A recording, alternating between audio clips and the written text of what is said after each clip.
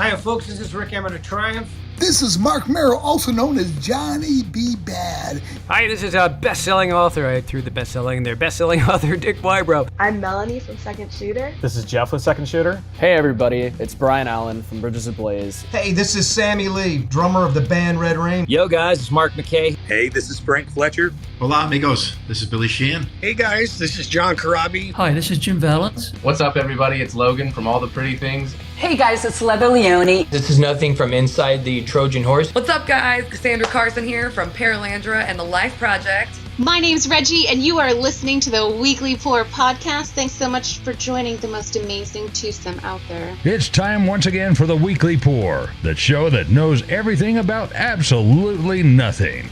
Here are your hosts, TbT and Ace. That is us. Welcome. I am TbT. That guy over there is Ace. This is episode 163 and just so happens to be the 2024 Season 4 season finale. Yay! 24? What year is it? It's 2025. Wow. Whatever. I don't know. Holy crap. I just want to let you know, I just stepped into the chat, and it's already going off. Goodness gracious. Nat McFook is in there, of course. She's changed her name back. Mama TBT's in. Who else is in there? Mrs. TBT. Moderator Natalie, of course. Can't get away from her. And without having to beg for his arrival, just in time for this season finale, the Viper is here. Why do you have your volume up? I'm trying to turn it down. So welcome everybody in the chat. If you're watching, be sure to say hi in the chat. You don't have to talk the whole time, but just say hi so we know you're there. And like moderator Natalie said, be sure to hit that thumbs up. Also remember that we are only live on YouTube. We are not live on any other platform. But if you don't get a chance to watch the whole thing, be sure to listen to it wherever you get your podcasts in 2025. See, I got it right. Did you ever find out what Facebook's issue was? No, I didn't. I attempted before I cut them off. Right. But then I was done. Didn't care. Everything's going good here. Just by doing this through YouTube and then doing the audio version. So I said, no, I'm just screw them. Don't care.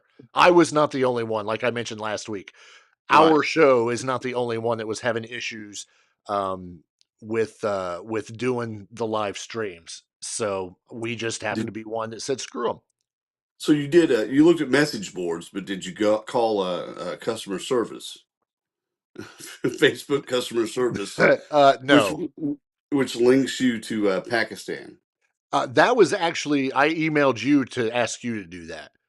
Oh, I missed that one. Yeah. I didn't have 3 hours. I didn't have 3 hours and enough frustration built up. Oh, I had the frustration, but yeah, not the 3 hours. Speaking of frustration, just a couple of weeks ago, I told you about waiting for 80 minutes to pick up my stuff from the local Walmart. Have you made that a habit? No, I have not. But I will tell you that I am currently waiting on a package from FedEx that has once again, according to the notification I got this morning, out for delivery today by 8 o'clock. So it's 7 o'clock Eastern. So we've got an hour for it to be delivered. It was ordered at the end of November. Yeah. Now, granted, we have had some weather. It's put a little damper on things, but it's also it's the 17th of December, and 3 weeks to wait for something that's supposed to be here in 2 days is a little much. But here we are. It's just, this gives us just crap to complain about. You're a very difficult customer to please. The weather has been frightening. The weather has been frightening. Not my problem. Our trash. Yeah, our trash has not been picked up since not even last week. You live a mile from the dump. That doesn't mean I want to haul my own trash. Okay, that's fair. Oh, and I have another thing. You need to move back. No. Because when you were there, the county made sure the road was clean Yes. all the time. You know why? I called them. And since you've been gone, Commissioner TbT, they don't do that. Huh. That's weird because my road's pretty daggone good. They did. They did. They did the first run through. The second time, not so much. And in your neighborhood, where I used to live as well, when you come off the street to get to the main highway, it is quite an incline. It is, and that can get very, very icy. Yeah. So I can only imagine. Getting out Sunday, because they had cleared the roads once, but the second snow came and things froze and whatever. But getting out of our driveway, which is uphill, both ways, Sunday was a debacle. No one made it out. No one made it out. We had an appointment to get to. I was the only one that made it because I was coming from Bloomington in the 4-wheel drive. Right. So I didn't have any issues. The people with cars had issues, and they stayed right where they were. Well, the Viper has made it a point to let us know that it's supposed to ice over again on Friday morning because, tomorrow it's supposed to be like 55, 56 degrees, rain, and then Friday it's supposed to be 28. Again, yes. Yeah. And then back up to the 40s again. It's how do we survive this change in weather? And 1 minute you can go hunting deer and forage, and the next minute you're freezing in an igloo. You can really go hunting deer anytime, though. No, right? I'm thinking of dystopia. Where we have to survive. Right. And what, 3 days ago it was 4 degrees below zero when I left to go to work, and today I was out tanning. Yeah, I didn't wear a coat. Yeah, you didn't wear a coat. I tanned. It's great. So yeah, it's wonderful. Unlike the last couple of weeks, we have a crap ton of news. Not only do we have a lot of news, we've also, towards the latter part of this episode, we'll break down our favorite albums of 2025. We've narrowed it down to five each, and we're going to talk about them. And I'm pretty sure that we'll have some that are alike on our lists because we listen to the same kind of stuff. But yeah, pretty excited about that. It's kind of become an annual thing towards the last episode of our season. We talk about those top albums, and I'll tell you, before we get into them, it was a little tough. It was a little tough this year. Well, it's tough every year, but you had pointed out that this year wasn't so great for great records. But then when you start trying to list 5 and you create the initial list, and then you remember this one and you remember this one, and you're pushing them out, right, it changes the whole thing, and you realize it's a lot tougher than you think. Yeah. I'm pretty sure that we'll agree with number 1, only because we've talked about it for 6 months now, but that remains to be seen. But yeah, so if anybody else, especially in the chat, if you've got a favorite album so far this year, be sure to plug it so we can see if what you liked for this year made it out onto our list. So, and just so you know, Mrs. Ace said that your snowplow people came yesterday. I think she meant the trash. Oh, I was going with the plows, and I was like, that makes sense. They came yesterday when the snow's gone. Right, exactly. No, I worked yesterday. I picked up a shift. I work all the time. I never know what the hell's going on in my own house. Sure. So apparently they came yesterday, but still, they're a week late almost. Yeah. That just meant that you had to eat less. Trash trucks are heavy too. You think they wouldn't have a problem? Yeah, just go straight up the hill. Right, just drive. I don't understand. I don't know. Whatever. I don't know.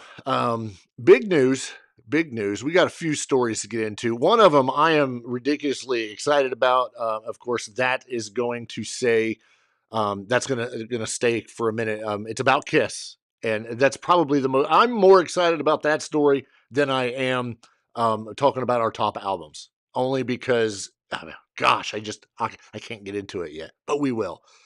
First and foremost, though, very excited.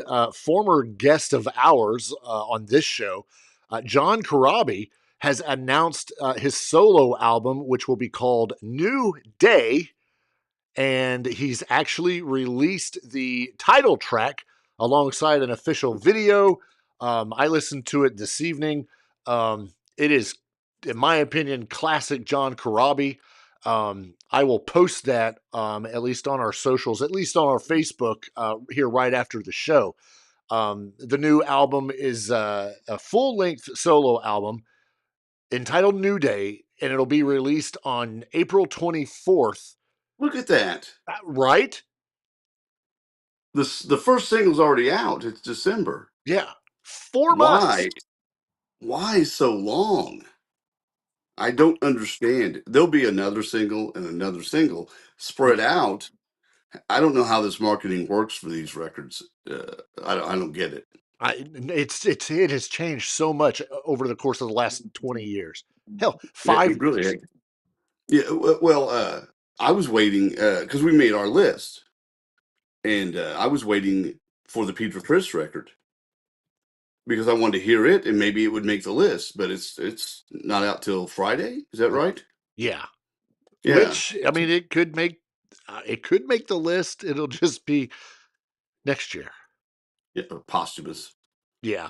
This album is being called a trip down memory lane with a nostalgic mood.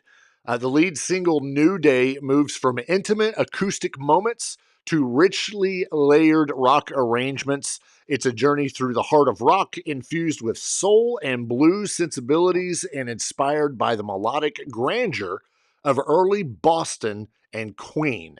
It's a very positive, upbeat song. It's really good. Yeah. The video's good. I mean, it's Corabi. It's super, super good. I didn't get a chance to listen to it. I was still jamming to songs from our top list, but I'm sure it's good. Can't wait to hear it. Yeah, this is actually Corabi's first full-length solo album of original material. He recorded it in Nashville during this past summer here in 2025, and it's produced. And I'm pretty sure we talked about this when we knew he was going to be putting the album out. But this is produced by multi-platinum songwriter and producer Marty Fredrickson, who of course has done stuff with Aerosmith, Ozzy, Buckcherry, blah blah blah. So super super excited about this entire album. If I say this about every damn album, but if the first track is any indicator for the rest of it, then we're in for a treat. So it'll be good. I can't wait for it. Did you listen to it? No, that's what I said. I was busy listening to other right. things and didn't get a chance. But yeah, I'm looking forward to it. Anything he does, I like for the most part. And he was such a great guest to us. I'll give anything he does a chance. So Absolutely. I'm sure it's great. Yeah, joining him on this album are a couple names that I'm sure people will probably recognize. One of which is Paul Taylor, who of course contributed, years to Winger as their keyboardist. He's also doing some organ and clavinet, whatever. What is a clavinet? Is that a misspelling of clarinet? No, I'm sure it's really something. Moderator Natalie should know what a clavinet is, I would think. But anyway, so is Charlie Starr from Blackberry Smoke doing guitar solos. So that's actually kind of cool, especially when you consider, the stuff that Corabi does on guitar. Did you Google it? No, I thought you hadn't. Well, no. I mean, it's not like she can check that fast. A clavinet is a funky, iconic keyboard instrument made by owner famous for its sharp, plucked guitar-like sound, especially in Stevie Wonder's Superstition. It's an electric clavichord where keys strike taut strings amplified by pickups, allowing for distinctive percussive sounds and guitar-like effects using its switches and damping bar. Originally for classical home use, it became a staple in funk, soul, rock, and reggae from the 1960s to the 1970s. Are you selling them? I should. Yeah, Everybody is now educated on what they are.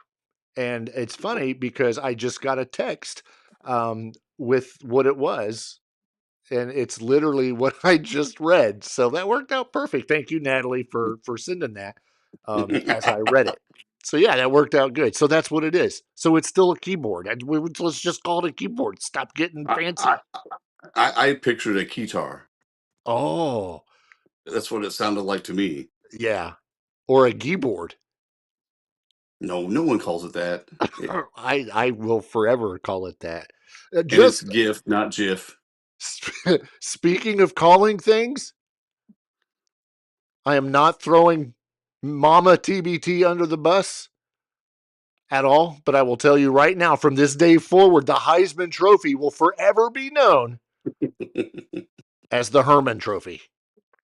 The Herman Trophy? Yeah, that's what happens when you try to text Heisman on your phone, and it autocorrects to Herman, and she hits send. And so, yeah, it's now the Herman Trophy forever. Well, that was awesome that Mendoza won that. That was a great ceremony. Yes, it was. I am skipping over the Kiss story because I'm going to save that till almost last.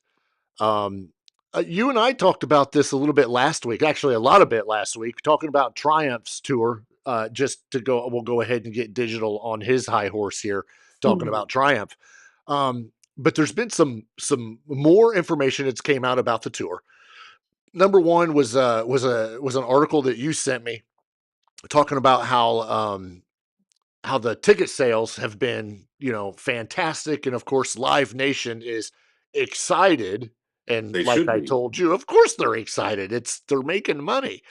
But one of the other things that were coming out was Gil Moore during an interview was talking about the tour. Him, Mike Levine, and Rick Emmett, all super excited for this tour, as are all the musicians that they're bringing along. But one interesting bit in this article was them saying, we hope Mike Levine will be there. So, of course, when you hear something like that after an announcement that, the three original members are going to be on this tour, on all that stuff, it makes you dig a little bit more. Well, in reading the article, it was easy to figure out exactly what they were talking about. Obviously, I think last week you said yourself, I wonder how much they're going to play with all of these other musicians there. And that made perfect sense. This article kind of elaborates on it a little bit more, basically talking about how Mike has, once again, he is super excited about the tour. Right. But he's had some issues. So he may not be able to make each and every show. Okay, that's fine. But if you were buying your ticket under the pretense that all three are going to be at every single show, stop. Yeah. And I would anticipate him making most of the shows. Oh, for sure. I would anticipate that, but I think I alluded to that last week that he had health issues and was, just, and I don't know what they are, but, it's obviously going to be hard for him to make every show, that sort of thing. But Rick and Gil have assured us they are at every show. They will be playing at every show.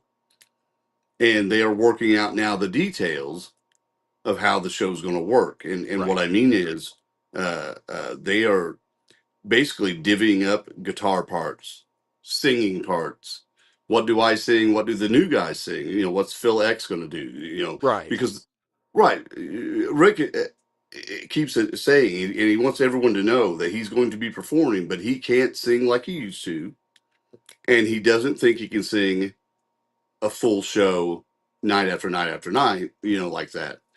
And it's interesting because he's not been retired that long. Rick has been the one doing this the most for the longest. So it kind of surprises me that he's being so cautious. Yeah. But you know what?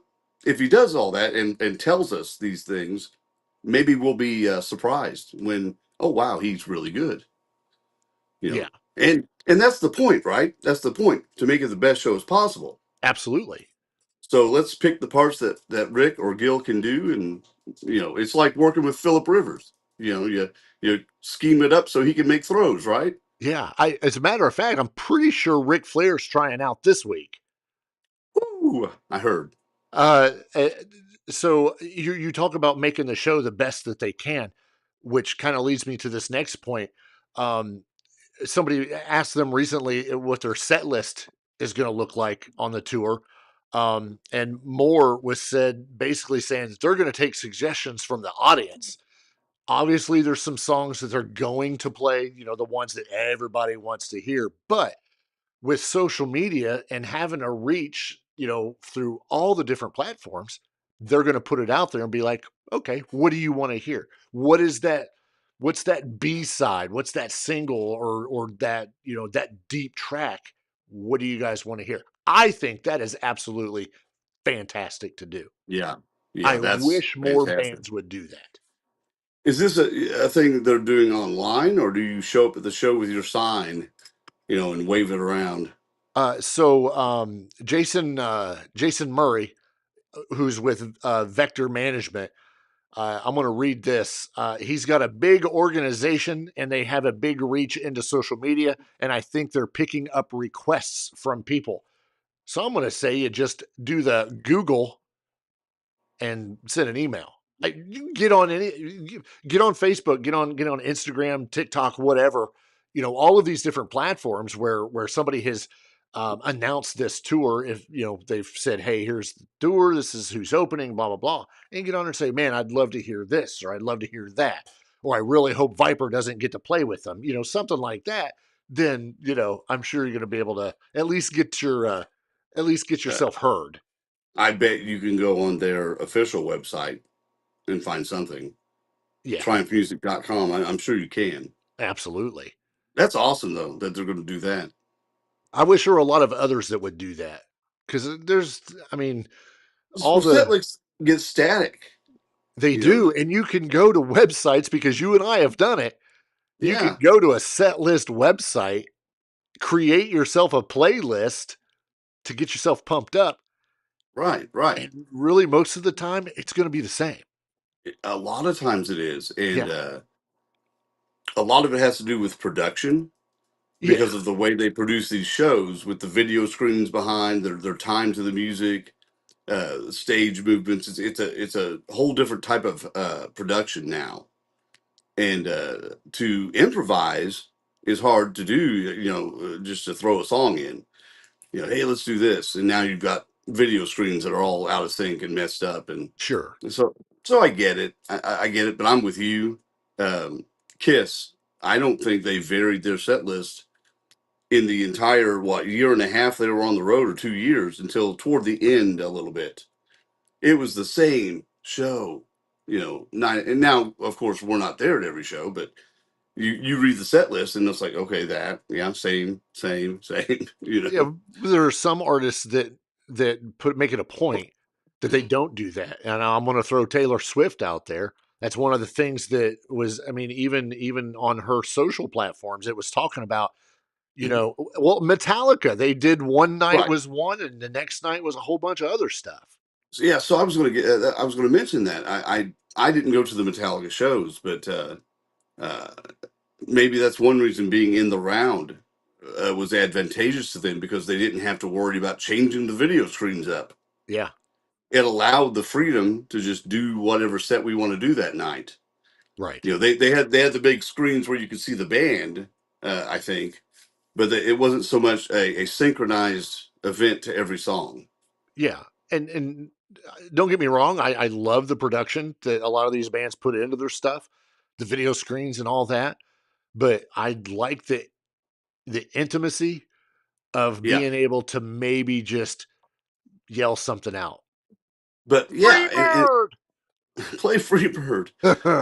What I miss though with the way the screens and production is, what I miss is the giant tank that goes on tour, or the Sphinx when Kiss did the Hot in the Shade tour and had the Yeah. Sphinx with the laser eyes, that type of stuff. You don't get that anymore because we have these video screens and production, which probably is cheaper. I would think so.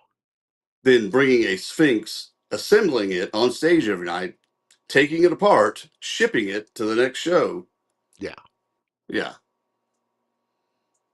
Yeah. I like it. And a lot of times you can find those some of those video screens or those video montages online. You know, go onto YouTube and find stuff like that so that you can, I can reminisce about this. And when you go and you watch their, their concert footage for whatever show and all that, you can be like, oh yeah, I know where I was at, when this was playing, and try to find yourself in the crowd since you can't carry around your ticket stub anymore. Right. Which is sad. It is. It's very sad. In other news, Geoff Tate is 85% done. I'm glad he nailed a number to it. Yeah, 85% done. With? Oh, yeah. Okay. He is 85% done with Operation Mindcrime 3. An entire new album. Okay. Is it a new story? 85% done. This was based on a new interview. Disturbed bassist John Moyer confirmed that he is producing the upcoming third and final chapter in the classic Operation Mindcrime album series from, of course, former Queensryche singer Geoff Tate. The songs have been recorded in between tours. They're finished. Yeah. Do we need Operation Mindcrime 3? I don't know. I'm a big fan of the original Operation Mindcrime. That's for sure. Mind-blowing record. I didn't listen to the second one because I didn't see the point. Maybe I'm wrong. I just haven't done it. And now we're extending it to this, and it may be great. I don't know. I hope it is. But he owns the rights to Operation Mindcrime, right? To be able to play it in its entirety. That sort of. He doesn't own the rights that Queensryche can't play these songs, but they definitely can't produce this record. Right. He can, and he's going to do that. According he's to going to do Moyer, he says, "I have a handful of friends who I've played it for, as far as the music and the musical direction of OM3, and anyone who listens to it, they say it sounds like Operation Mindcrime, but modern."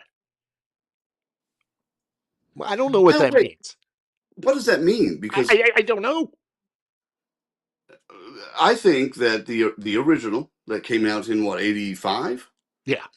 I think it holds up really well. It's not got a lot of the 80s tropes in it. There's not a lot of heavy keys or things like that. Correct. It's drums, guitar, bass, and fantastic vocals.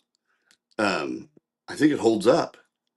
So what's it mean when it sounds modern? That it's so lushly produced that it falls out of your head when you're done with it and you forget? You want me to tell you? Go ahead. Okay. A lot has happened since the late 80s with sonics and technology and how we record things, John explained. And I quote, "Obviously, to me, that's the greatest concept record of all time," meaning Operation Mindcrime. Agreed. So to me, that's why it's so important that we do this record correctly. So a lot of it is continuing the story of Dr. X, and Operation Mindcrime 3 is basically, are you ready for this? Is I'm sitting down. basically Operation Mindcrime, but from Dr. X's point of view. Wait, so What? we're going back To the future. Wait, and sorry. retelling Wrong that movie. story from a different angle. Did we just re-record the songs from Operation Mindcrime in a nice new 2025 way? No, they wouldn't do that. No. That's fascinating in a sense because you're not. I don't know that you're continuing the story, but you're telling it from a different angle. It is a darker, heavier, kind of a more evil sounding record, but with all of the themes from Operation Mindcrime. It is very heavily influenced from the original. The lyrics reportedly are so incredible on this record. He, meaning Geoff Tate, is really bringing it. I'm so honored to be a part of it. This was actually announced over a year ago that this was happening. We simply we forgot about it because it's been a year and nothing's ever happened. Yeah. But of course, it's who knows why. It's going to be spun maybe as, it's got to be perfect. Can't put it out there unless it's perfect. Because That's there's what Axl Rose said. Right. I will tell you right now, there's a lot riding on this. I think. Like what? What do you think? So Like a legacy? Yeah. Yeah. The legacy of not just Operation Mindcrime, the original badass album, but I also think Geoff Tate and his legacy. Why are we going to touch something so many years later and all these interviews coming out saying, oh, this one's darker and it's great. It's from the doctor's point of view, blah, blah, blah. Right. It has to hold water. Because if not, it will pull the original down the drain too, because people will listen to the original and be like, oh, yeah, this one was good, but then they came out and did the other two. Right, right. I think I really hope it's good. I, like you, love Operation Mindcrime. I think the second one was well reviewed, if I remember correctly. I just never listened to it. Right. I think what I would like is to see what he does vocally in the studio, which there's a lot of ability in the studio to really make him sound fantastic. But I think he's also taken care of his voice over the years. I listened to some stuff. Probably a year ago, year and a half with him, and he sounded fantastic. I couldn't Yeah. believe he was his age and doing what he does. That's part of the legacy right there. I think more than anything, vocals and his range. That's Geoff Tate, not Right. necessarily Operation Mindcrime. But if you're going to do it, you got to do it right. Yeah. Viper makes a point of saying that Empire was so much better. Empire was great. Empire was fantastic. Although I can go the rest of my entire life without hearing Silent Lucidity ever again. Empire was a great album, but it's not better than Operation Mindcrime when you think of concept album. Well, it's a loose concept. Empire is, and sure, but it's not as coalesced and complete of a story. And I think it's got a little bit of filler in it. A little bit. My favorite part is in the song Empire, where they're telling the statistics. They break down the in 1995. I love that. I love it. I don't know what the hell they're trying to tell me, but it's great. Well, and it's funny because Motley Crue, when they did Dr. Feelgood and Operation Mindcrime, it might have been I Don't Believe in Love. either way, those were recorded in the same hospital. Either that or Dr. Davis gets around a lot. When you hear the nurse paging him, Yeah. Dr. Davis, yeah, listen, you'll figure it out. Yeah. So we'll see. We'll see how this turns out. I'm excited for it. I really hope we're not disappointed. Yeah, I think it'll be good. I don't know if it'll hold up. I don't think you can hold up to Mind Crime. I don't think you can repeat that success. Things are different now, but he's aiming for hardcore Queensryche fans. That's who he's aiming for, and he probably has a lot of them. I don't know how many hardcore fans listen to the Todd LaTorre version. Well, who's in Queens right now? Because we may have a Roth Hagar situation. I don't know. Who knows? That's quite possible. If you've been paying attention to this show, I know we talked about this a long time ago, probably about 2 years ago when it actually happened.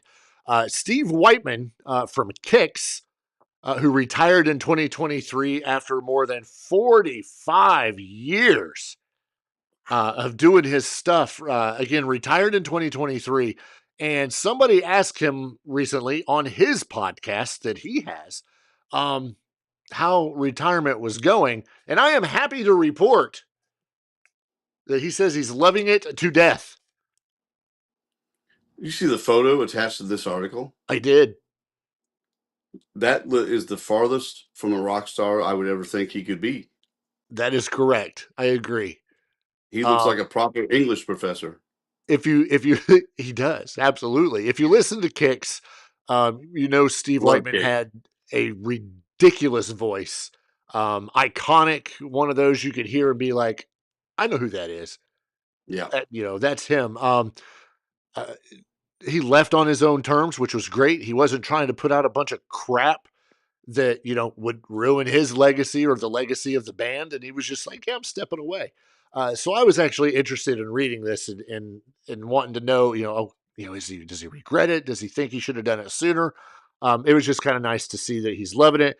He was ready to get off the road and ready to stop performing because this is his admission.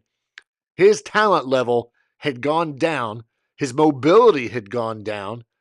And he thought he left a hell of a legacy. And I love that because he's not one that's sitting there. No offense to anybody that's doing this, but it's 70, nearing 80 years old out there and not leaving a good legacy. Just trying to keep it going for the sake of keeping it going. Not going to name anybody, but we all know those bands that do that. And this is across all genres. Where bands or solo artists do this stuff. At some point it's time to give it up. And I think Steve Whiteman is a perfect example of know when to hold them, know when to fold them. Yeah, when to walk away. It's been 2022, 2023 that they stopped touring. Yeah. And what's really cool is that they're not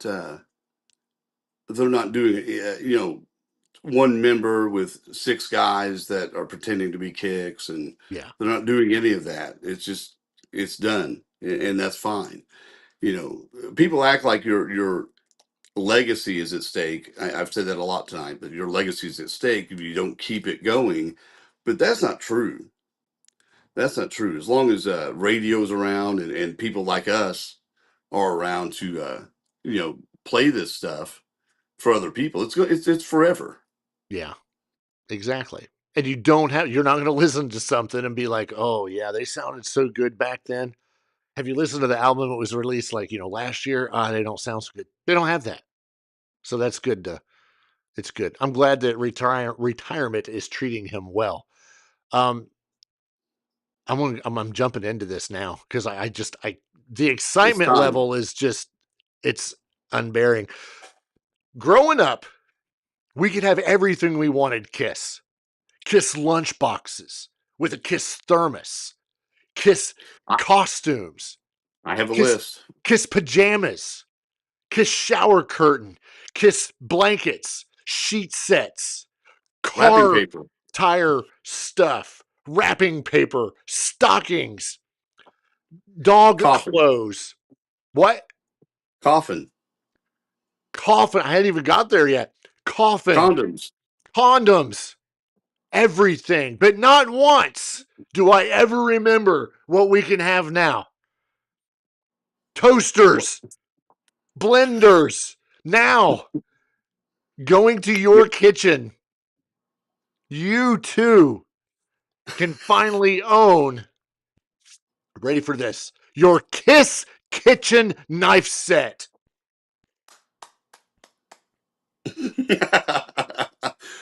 Why? I don't know. I don't know. Dow Strong, which focuses on producing precision forged knives and premium kitchen tools, has created an ultra limited edition. I'm saying that again, ultra limited edition. Unapologetically over the top tribute to 5 decades of Thunder Rock. You have to say it like that. Thunder Rock. Thunder Rock. Meticulously crafted as a piece of functional culinary tool art. Can I cut a steak with it? Gene Simmons' Hellfire Demon Axe is re-imaged into a meat cleaving form. Uniting the axe with Sammy the Serpent, this is a collision of Kiss history from humble New York City origins through mega stardom to the end of the road at Madison Square Garden. A one-time only release built to honor over 50 years of Kiss for the Kiss Army who kept the faith. Every detail, sharp edge, and finish honors the stagecraft that defined generations of music. Oh, these are beautiful. This Kiss 2-piece chef set is a chef's knife and paring knife. Stock is limited on its first drop. Doesn't say if there'll probably be 25 more drops because, do they ever really retire? No. What are we getting? A paring knife and what? And a chef knife. I thought you said it was a set. It's a 2-piece set. It's not a set. It's 2 pieces. There's no bread knife? No. There's no big knife to cut chicken with? No, but each set includes 2 premium leather and chain sheaths, plus an exclusive Kiss collector pin for the true fan. What's this cost for the person that needs to cut things with Kiss? I don't know. It doesn't say, does it? I'm looking for it, and it's not in there. When it's not in the article, you can't afford it. You can't afford it. So this is not something that I can walk into my kitchen, whip up dinner. I'm cutting the onions and the green peppers and, dicing stuff up. I can't do that because it's too collectible. Hell yeah, you can. I don't know. I think Gene might come and spit fire in my face if I you pick can't. these up. This is art. This is artwork. There is a 4-piece steak knife set. There we go. That I can't use. There is a 2-piece chef and paring knife, which we just talked about. And there is the Studio Forge. If you want the Studio Forge with the serpent, that is $1,099. So if you want, there's more. Okay. If you want the 2-piece, the 8-inch chef knife with the 3.5-inch paring, that's only $189.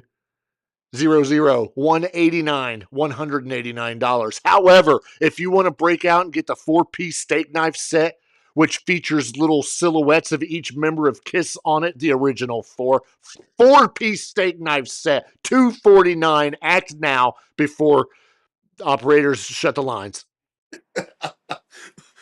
So the set, I'm adding it to my cart right now, is broke up into individual sets. So I'm not getting. Yes. I can't buy a complete set. Nothing says rock and roll all night like a Ginsu set. Oh my god! I stole that straight from Viper because he threw it into the chat. Some bands sell out. Kiss sells knives. Oh my god! That was actually pretty good. I'm gonna give him credit for that one.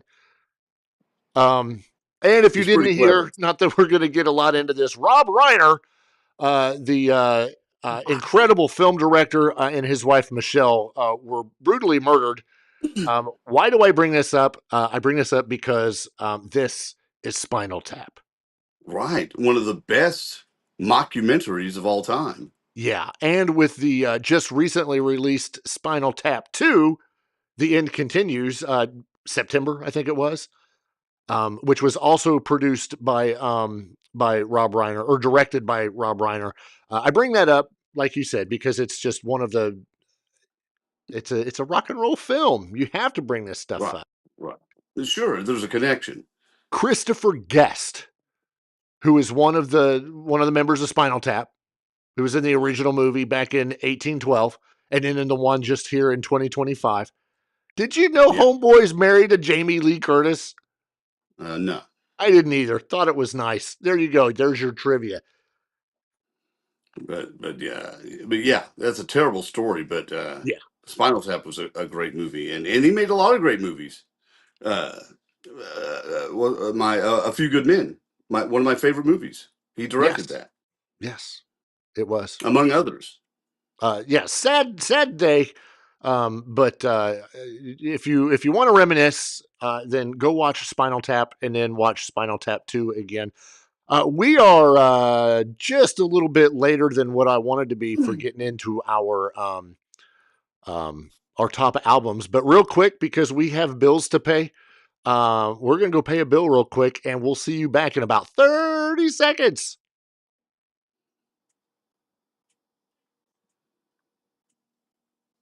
Craving a bar that rages as hard as your mosh pit? Petty's Poor Decisions rolls in with a mobile bar that slays weddings, parties, and epic events. Custom cocktails, killer service, no lame excuses. Why settle for weak vibes when you can crank it to 11? Head to Petty's Poor Decisions on Facebook and ignite your next gig. Poor Decisions never rocked this hard.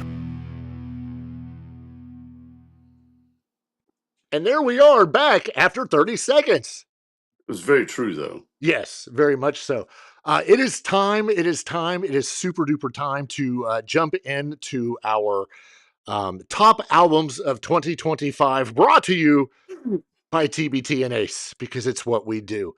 Not a lot of albums out this year, but at the same time, there were a lot that just, I don't know. It was tough. It was tough narrowing it down, but at the same time finding stuff that I thought was 5-album noteworthy.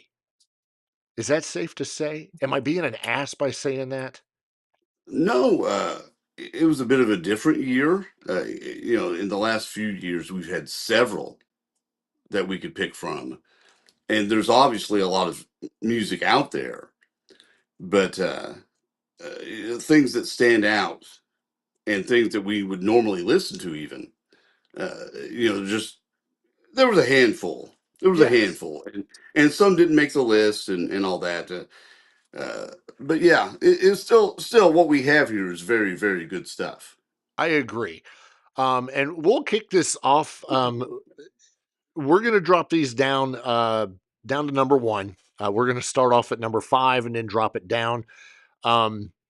My number 5 for 2025 was Ghost with their new album Skeleta that they put out earlier this year. Great album. It was very, very hard for me to put this at number 5. Again, I don't know if I would. I don't know. I had to put it somewhere. It ended up being at number 5. This was obviously a follow-up to the band's 2022 studio album Impera, and it is described as their most unflinchingly introspective work to date. If you've not listened to it, I highly recommend it. Well, what was interesting was that when that came out, it went to number 1 and held that spot on the rock chart. That was a big deal, remember? Yep. That was a really big deal, and they were only gaining momentum each record. Right. Yeah, so that was I'm pretty excited. That one was good. What's your number 5? I picked the Tuck Smith record, Okay. Rogue to Redemption. That's Rogue. Yeah, Rogue, not Road to Redemption. Tuck Smith and the Restless Hearts. That's what he calls his band now. We've talked about Tuck a lot on this show. He's probably more notable for being on the Motley Crue or stadium tour, but then losing that spot because of COVID. Right. And never ever getting to do it. He actually had a record ready then that got shelved. This was supposed to be the big breakout. So Road to Redemption came out as basically a starting over point for him, because now he's hit a low in his career. But I love how Tuck fuses his love of Tom Petty and Thin Lizzy and other elements of 60s and 70s rock and makes it sound original.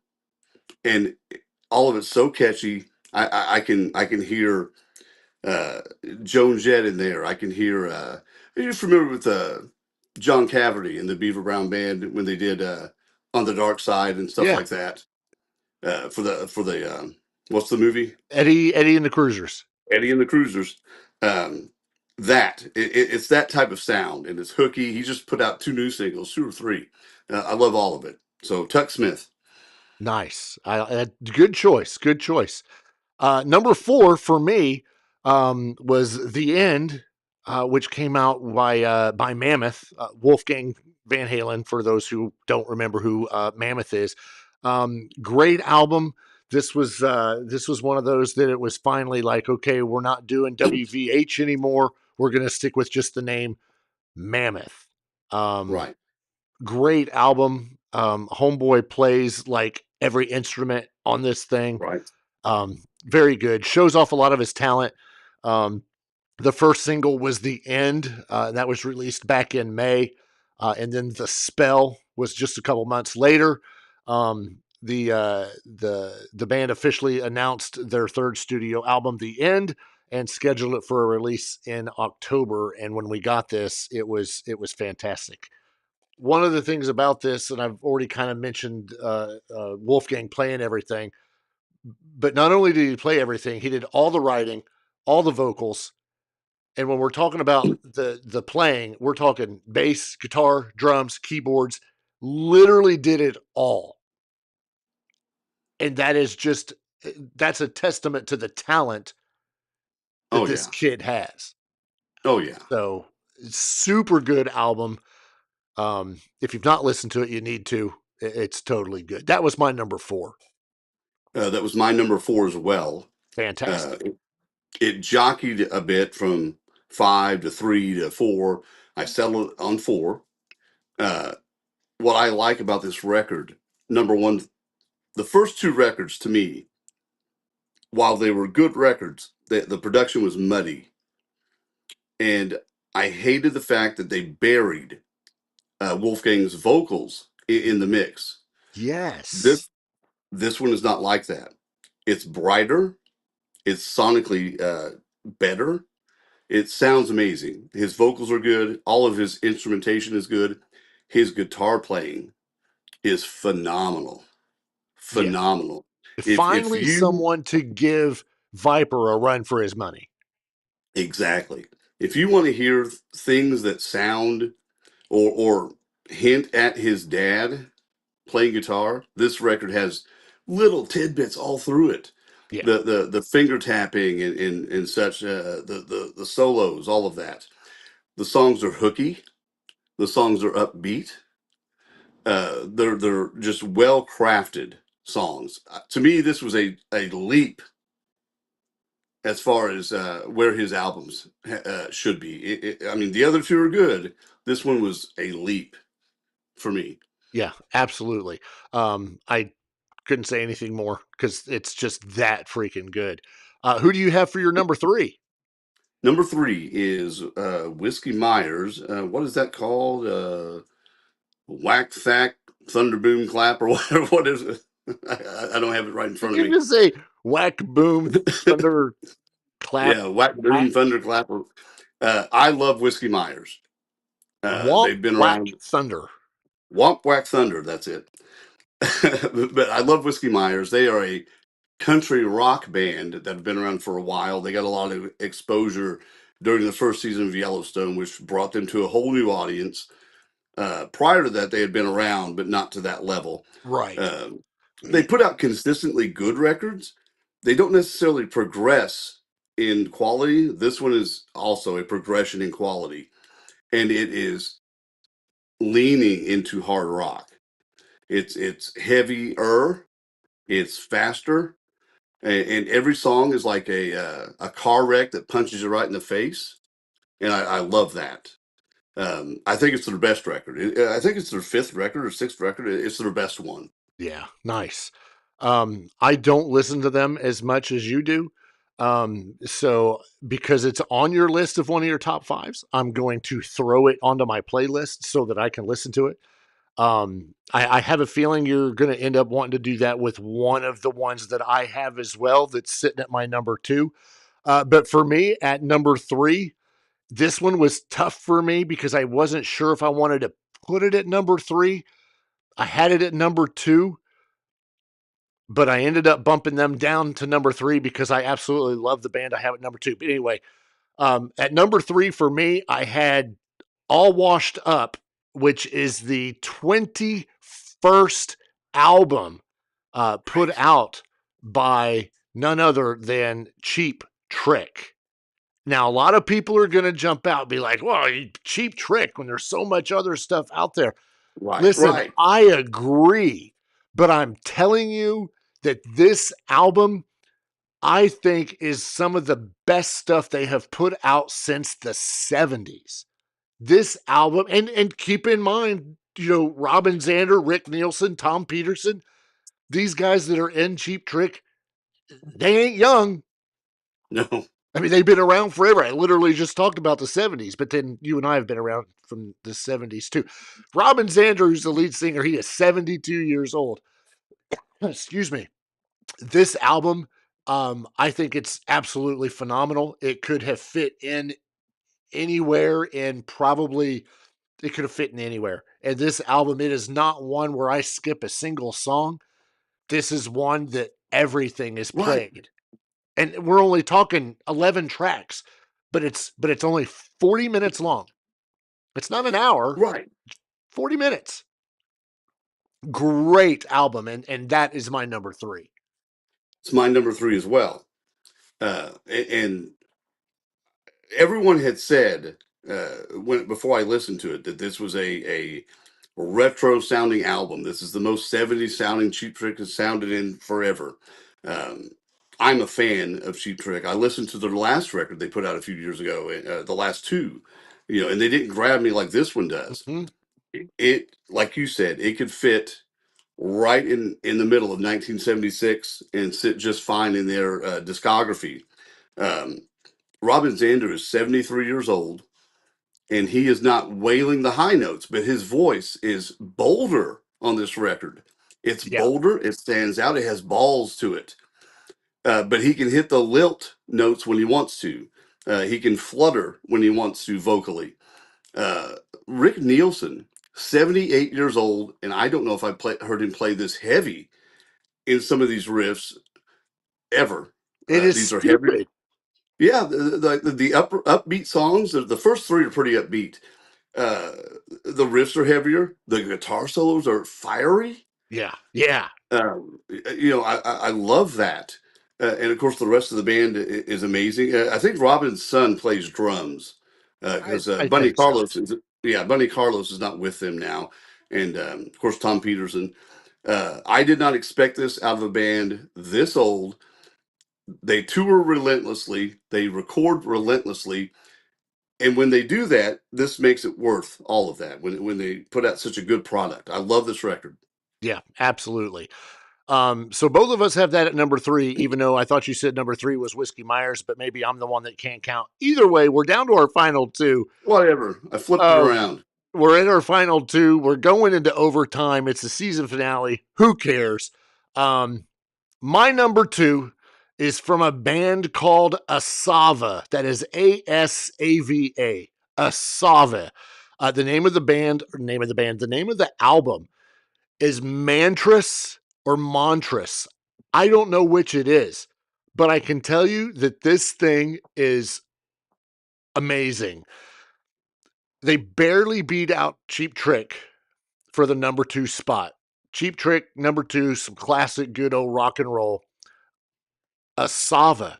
This band, I do not understand other than the fact that it's because there are hundreds of bands like them out there, but I think they have a very unique sound. It is solid, good metal, good rock. Most of their songs are anywhere from 4.5 minutes to over 5 minutes long.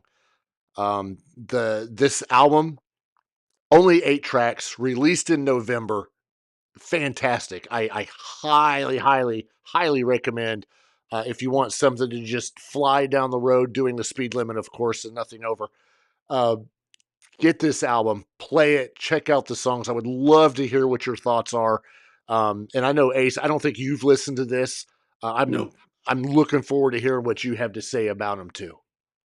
Okay, I'll add that to my playlist, like you talked about with the Whiskey Myers record. And I think I'm ready for number 1. I think I got Tuck Smith. Nope, you haven't. I talked thought you about, no, just did we your number. Oh, you flip-flopped on me.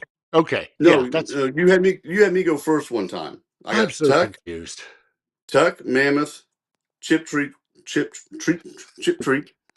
and Whiskey Myers. And Wang Dong Chung Thunder. Yeah, Whiskey was number 2. I jumped ahead. Okay. So I'm ready for number 1. So you do what you got to do. My number 1 can cause a little bit of controversy. I honestly, I don't know what yours is, but I'm going to think that we're probably thinking the same thing when it comes to albums. This band can be labeled rock. They can be labeled metal in some songs. They can be labeled a lot of different things.